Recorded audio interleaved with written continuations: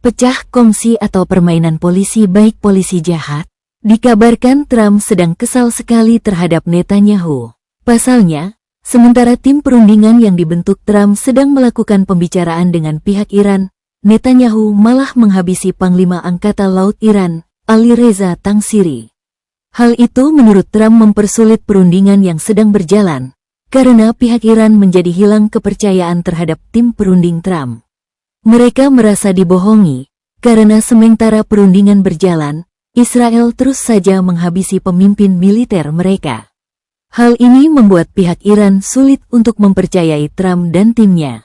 Akibatnya, perang akan terus berlangsung lebih lama. Di pihak lain, ada beberapa analisa yang menyatakan bahwa Trump dan Netanyahu sebenarnya sedang memainkan peranan polisi baik dan polisi jahat. Tentu saja dalam hal ini Trump memainkan peranan sebagai polisi baik yang seolah-olah menginginkan perdamaian, sedangkan Netanyahu memerankan peranan polisi jahat yang mau menghabisi militer Iran.